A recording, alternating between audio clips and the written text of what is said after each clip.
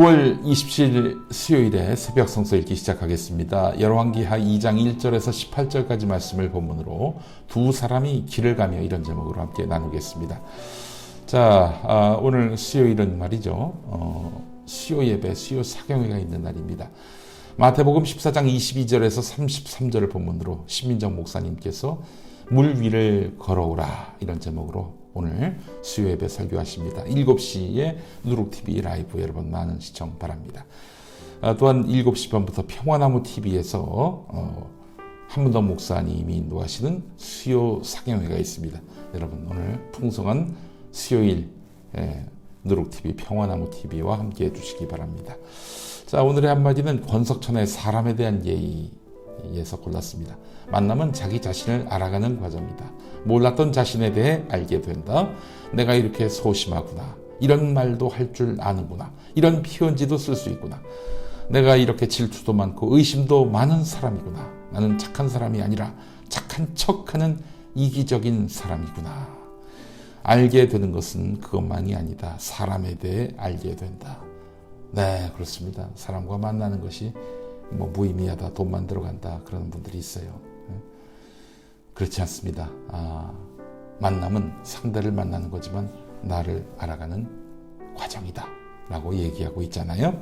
자, 오늘 열왕기하 2장 1절에서 18절 말씀 함께 읽도록 하겠습니다. 주님께서 엘리야를 회오리 바람에 실어 하늘로 데리고 올라가실 때가 되니 엘리야가 엘리사를 데리고 길가를 떠났다.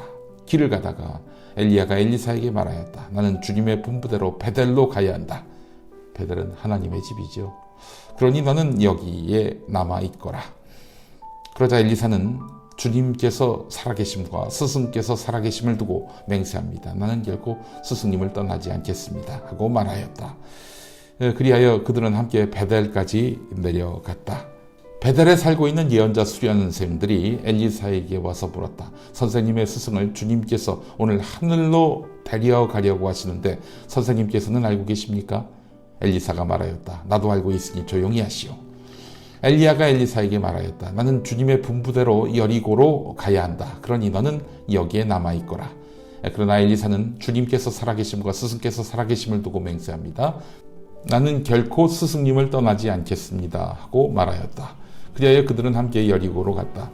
여리고에 살고 있는 예언자 수련생들이 엘리사에게 와서 물었다. 선생님의 스승을 주님께서 오늘 하늘로 데려가려고 하시는데 선생님께서는 알고 계십니까?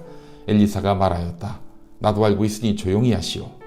엘리야가 엘리사에게 말하였다. 나는 주님의 분부대로 요단강으로 가야 한다. 그러나 너는 여기에 남아있거라. 그러나 엘리사는 주님께서 살아계심과 스승께서 살아계심을 두고 맹세합니다. 나는 결코 스승님을 떠나지 않겠습니다. 하고 말하였다. 그리하여 두 사람은 함께 길을 떠났다. 예언자 수련생들 가운데서 50명이 요단강까지 그들을 따라갔다. 엘리야와 엘리사가 요단강가에 서니 따르던 제자들도 멀찍이 멈추어 섰다. 그때 엘리야가 자기의 겉옷을 벗어 말아서 그것으로 강물을 치니 물이 좌우로 갈라졌다. 두 사람은 물이 마른 강바닥을 밟으며 요단강을 건너갔다. 요단강 맞은 쪽에 이르러 엘리야가 엘리사에게 말하였다. 주님께서 나를 데려가시기 전에 내가 네게 어떻게 해주기를 바라느냐? 엘리사는 엘리야에게 스승님이 가지고 계신 능력을 제가 갑절로 받기 바랍니다 하고 대답하였다. 엘리야가 말하였다. 너는 참으로 어려운 것을 요구하는구나. 주님께서 나를 너에게서 데려가시는 것을 네가 보면 내 소원이 이루어지겠지만 그렇지 않으면 그것이 이루어지지 않을 것이다. 그들이 이야기를 하면서 가고 있는데 갑자기 불병거와 불말이 나타나서 그들 두 사람을 갈라놓더니 엘리야만 회오리 바람에 싣고 하늘로 올라갔다. 엘리사가 이 광경을 보면서 외쳤다. 나의 아버지, 나의 아버지, 이스라엘의 병거이시며 마병이시여. 엘리사는 엘리야를 다시는 볼 수 없었다. 엘리사는 슬픔에 겨워서 자기의 겉옷을 힘껏 잡아당겨 두 조각으로 찢었다. 그리고는 엘리야가 떨어뜨리고 간 겉옷을 들고 돌아와 요단강가에 서서 엘리야가 떨어뜨리고 간 그 겉옷으로 강물을 치면서 엘리야의 주 하나님, 주님께서는 어디에 계십니까? 하고 외치고 또 물을 치니 강물이 좌우로 갈라졌다. 엘리사가 그리로 강을 건넜다. 그때 여리고에서부터 따라온 예언자 수련생들이 강 건너에서 이 광경을 보고는 엘리야의 능력이 엘리사 위에 내렸다 하고 말하면서 엘리사를 맞으러 나와 땅에 엎드려 절을 하였다.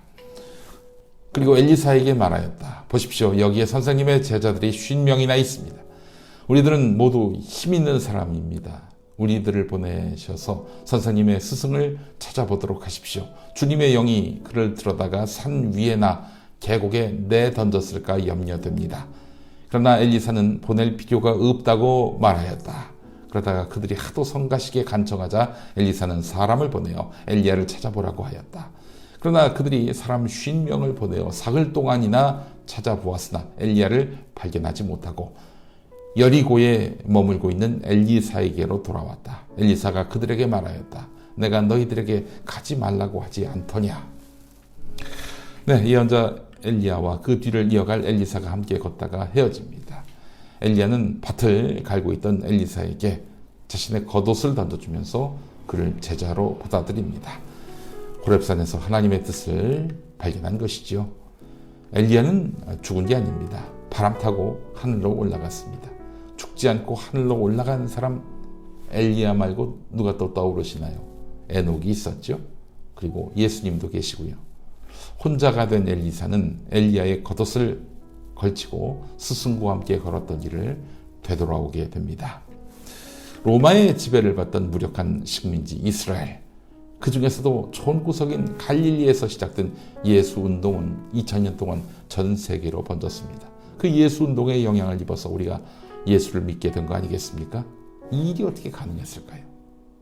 로마가 국교로 삼고 또한 영국, 프랑스, 독일, 미국 등 서구 선진국가가 기독교를 받아들이면서 그건 후의 일이죠.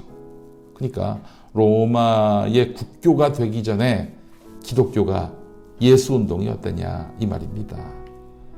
온갖 고난과 핍박이 있었습니다. 그럼에도 불구하고 복음을 전하는 사람들이 있었고 그 복음에 의해서 예수가 삶의 주인이 된 사람들이 있었고 그들은 예수냐 목숨이냐 이 선택을 강요받았을 때 예수를 선택한 사람들이었고 사자에게 잡아먹히고 거꾸로 십자가에 매달리는 그런 상황에서도 배신하지 않았다. 네, 그런 사람들이었습니다. 결국 엘리야에게서 엘리사를 통해 하나님의 뜻이 이어지는 것처럼 수많은 복음 전도자에 의해서 복음을 수용한 사람들이 또 다른 이들에게 복음을 전하는 일이 이어져서 오늘에 이르게 된 것이지요. 여러분, 선하지 않은 것은요 전파해봐야 소용이 없습니다. 악한 것은요 열심히 전파해봐야 막 그냥 다그치고 압박해서 믿게 해도 소멸됩니다. 선한 것만 확산이 되는 것입니다. 복음이 모진 탄압 속에서도 번진 것은 그것이 선하기 때문입니다. 선한 가치를 전파하는 이들에게 복이 있습니다.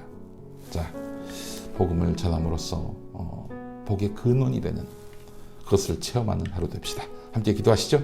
하나님, 우리의 삶이 하나님 나라와 의를 위한 것이기를 원합니다. 이 길에서 좋은 동역자들을 만나게 해주심도 감사합니다. 우리의 모든 삶을 통해서 예수 그리스도의 사랑이 전해지게 하옵소서. 우리가 주님의 평화를 외치는 손과 발이 되게 하옵소서. 예수 그리스도의 이름으로 기도합니다. 아멘. 네, 오늘 찬양은요 주의 선지 엘리야 바람 타고 하늘에 올라가던 일을 기억합니다. 이런 가사가 있는 찬양이죠. 나의 사랑하는 책 신델라의 음성으로 함께 하시겠습니다. 한국기독교장로회 총회 교육국이 만드는 말씀과 삶을 통해 새벽 성서 읽기가 진행되고 있습니다. 내일 다시 오겠습니다. 고맙습니다.